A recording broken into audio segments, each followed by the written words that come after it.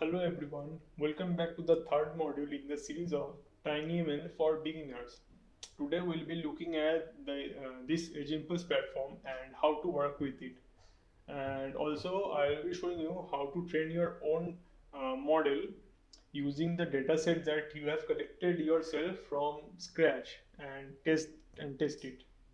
So without further wasting any time, let's get started.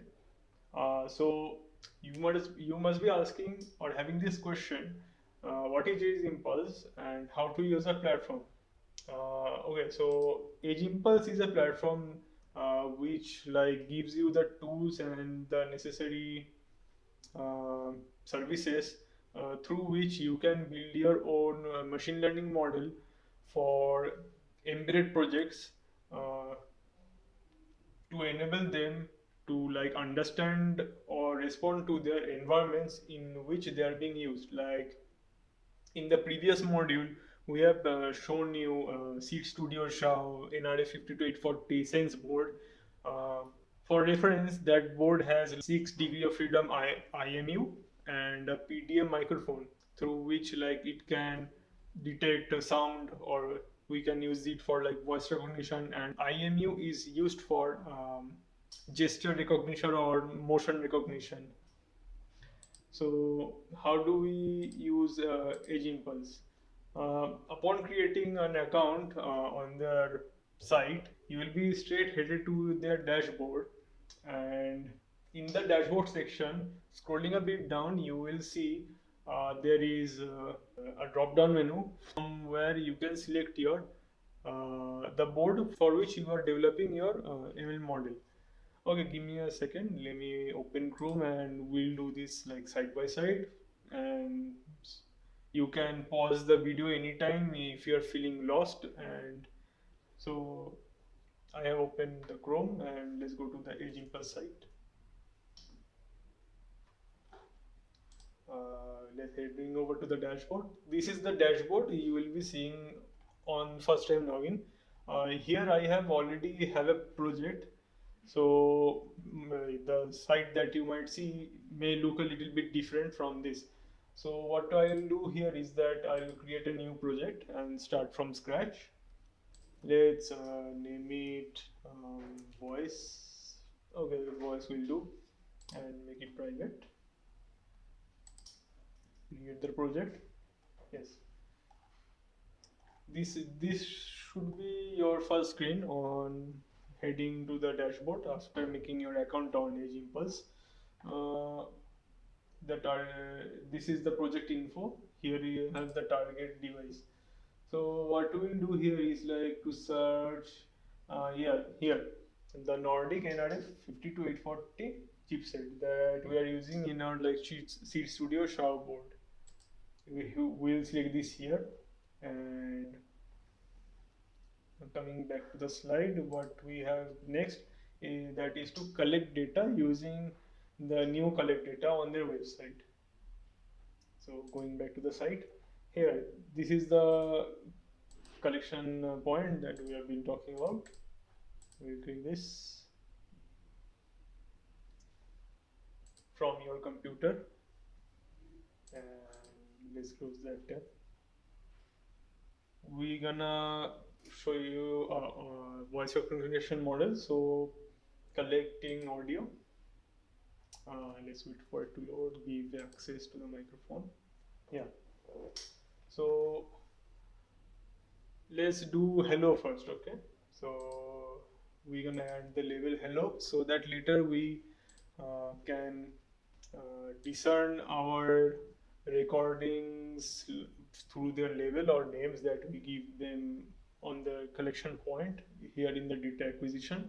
Going back to the audio tab, one second. Yeah.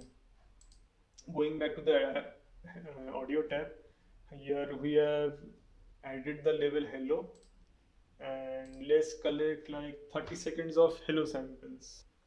I'll be muting this part so that you don't have to listen to me saying hello like 30 times. That would be like pretty maddening. So start recording.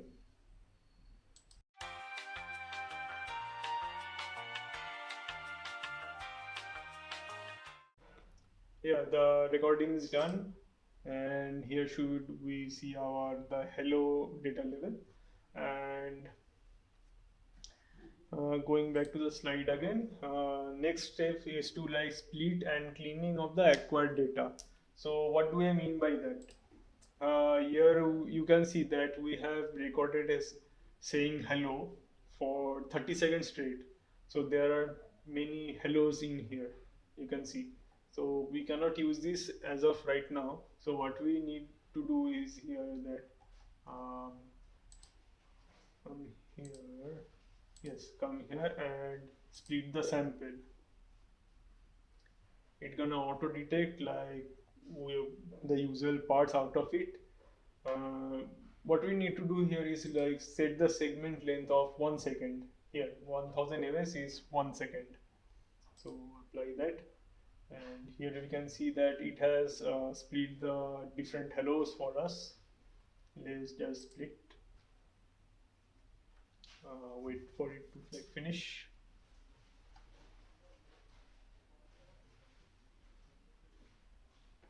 Okay, so we have 21 different hellos here. So what was our next step? Next step was to like split, that we have already done, and cleaning of the acquired data. By cleaning of the acquired data, I mean, wait, let me show you what do I mean by that. Uh, okay, this is surprising that every audio has the starting part and the ending part pretty clean already. So where is that? In the previous page, we have a sample of that unclean data.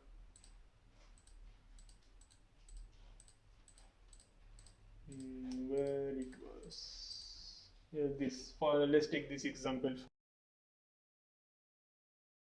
Here you can see that the starting part is a little bit jittery here, right? And after which the this part is like pretty much flat. So what we'll do here is we're gonna crop the sample very much slightly. Okay, this sample is pretty small to be cropped accurately.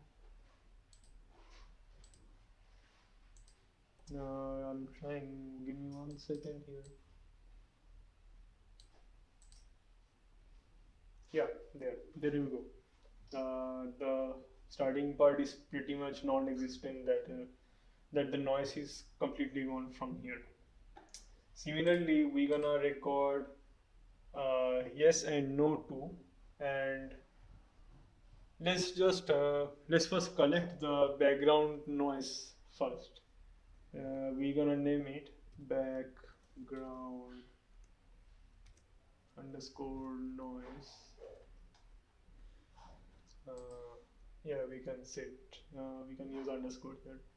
Uh, why is this necessary? Because that if your project is like staying on for like 24/7, then it needs to like discern between the background noise and your actual command or the actual words that you are saying to it. So we're gonna record background noise of 30 seconds.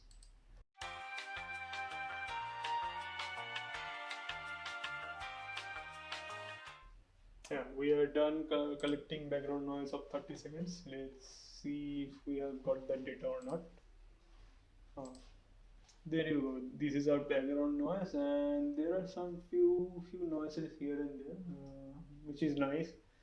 Uh, One thing to note that you should always collect your background noise sample from where you are willing to like deploy your project. If it's like traffic, then you should collect many background noises of the traffic. Here we have don't here we do not have that much noise, so we're gonna leave it at just one for the reference. Or one thing we can do, like let's see, try to split it. Okay, it detected many background noise portion. So what I'll do here, add another segment right here, the pretty much flat part, as the already splitted places are chosen by the system. So it has detected there of noise. So for the reference, we're gonna select a quiet part out of it, as quiet is also a type of noise where like there is no noise. Let's just split it. Okay, so the splitting is done. Um, where is our data? Not this data sources. Okay, there is 21 seconds worth of hello and 16 seconds of background noise, which is fine. Let's moving on. Let's record the yes part. So we're gonna label it yes. Let's record.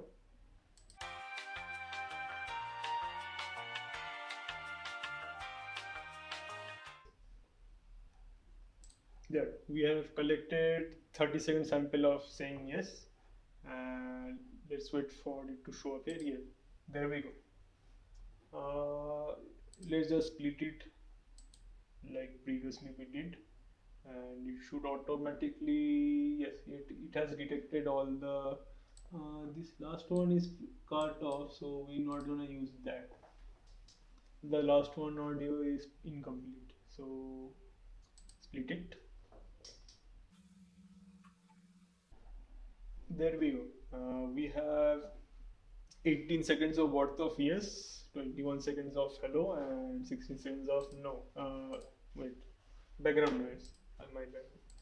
Similarly, we gonna record no. Let's change the level to no and record 30 seconds of no.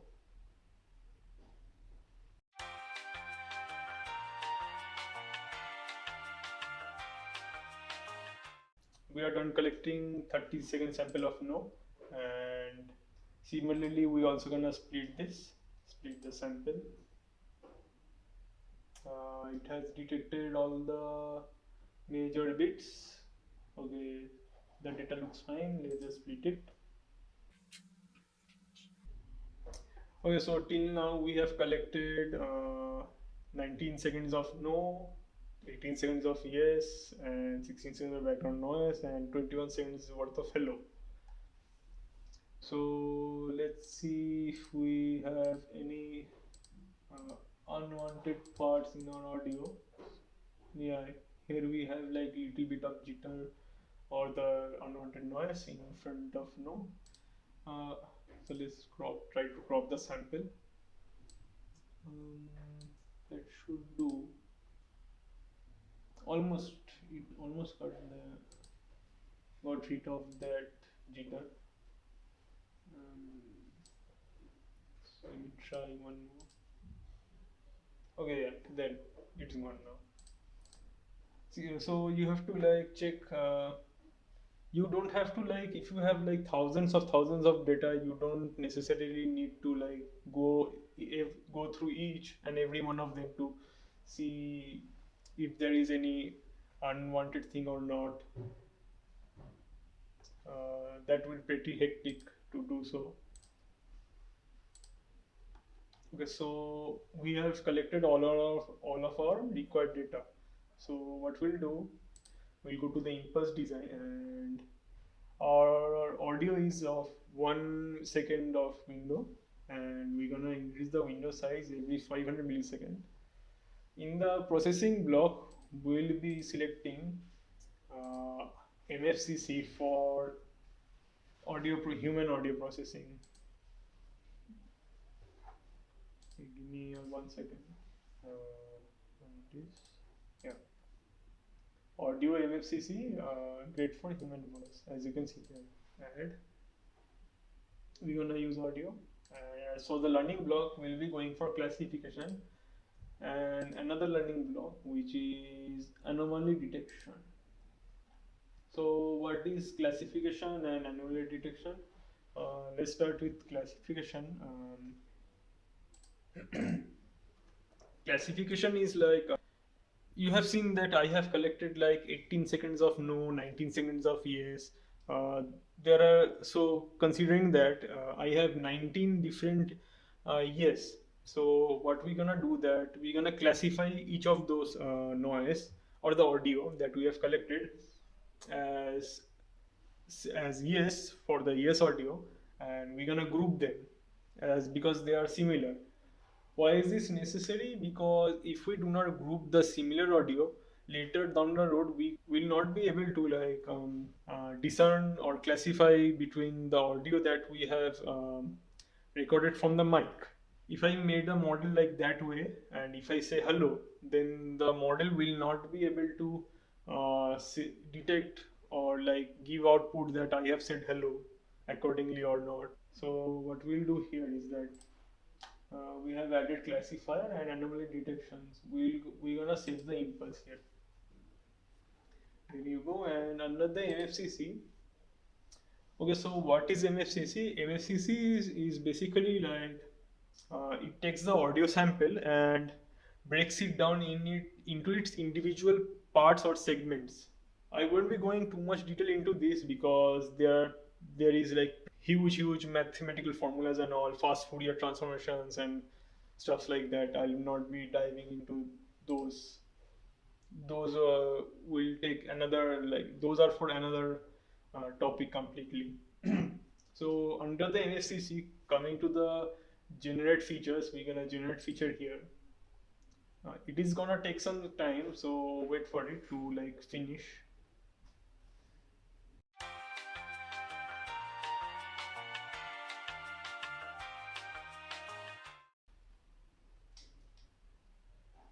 Okay, there we go. Here is our the generated model, not the complete model. We still have many work to do. Okay, so as you can see that it has separated almost all of the audio. Some of are spreaded in some of are some of have mixed reaction, but okay, that is normal. Yes is separated, no is almost separated. Background and hello has few problems, but that is fine. We will say that later. Moving on to the classifier. Here we'll do num.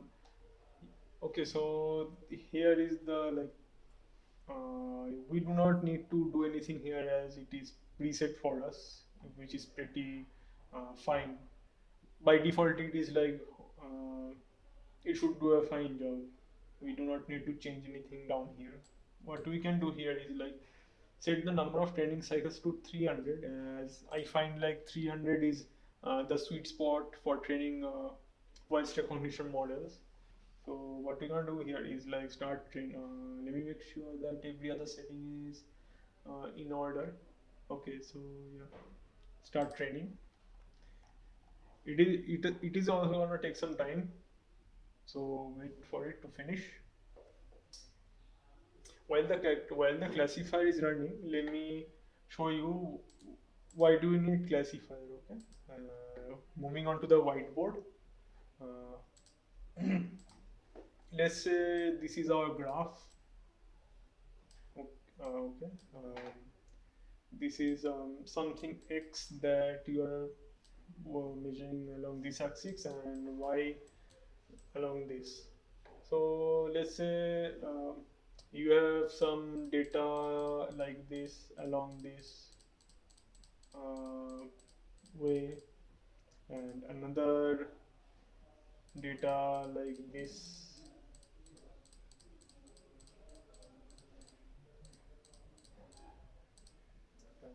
There are two groups of data.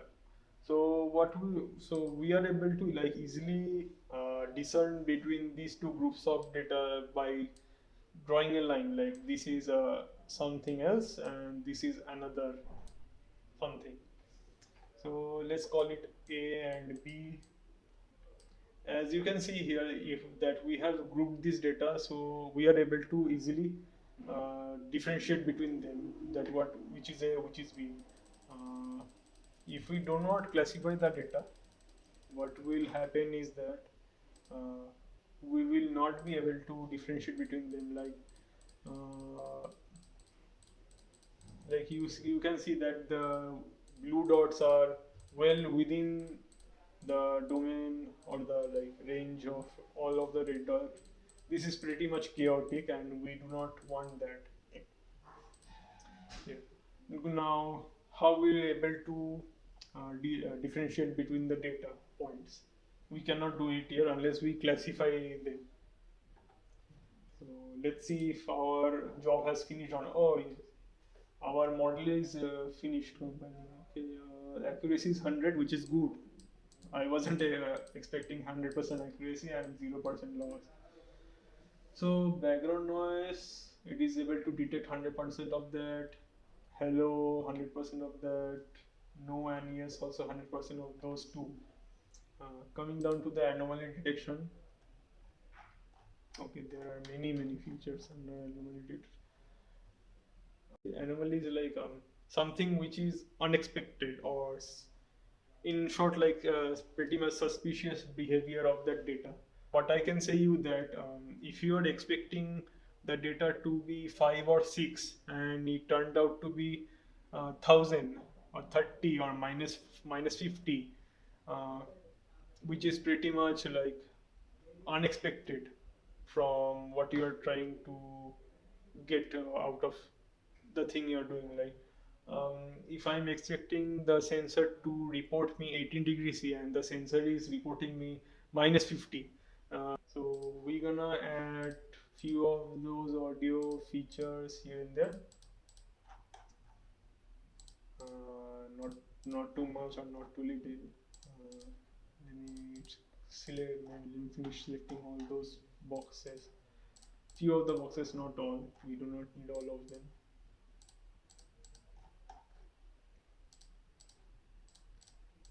Start training, and let's just wait for it to finish the anomaly training.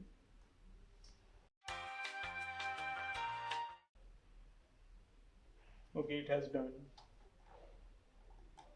Okay, there is few, only one and two three here and there.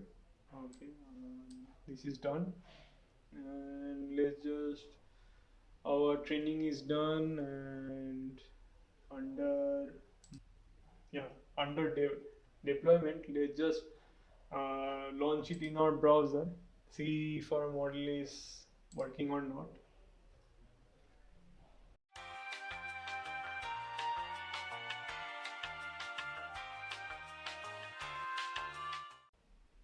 Okay, the building is done and it is downloading. Oh yeah. Give the microphone access and okay, so as you can see here, it is pretty much confident detecting the background noise. As you can see here, it one means 100%. It has 100% confidence that it is detecting background noise. So let's just say one of these words on here too. Up here too. Yes. Yeah. There you go. Where the data go? Yeah. When I say yes, it gave me 0.96. It means it is 96% confident that I have said yes.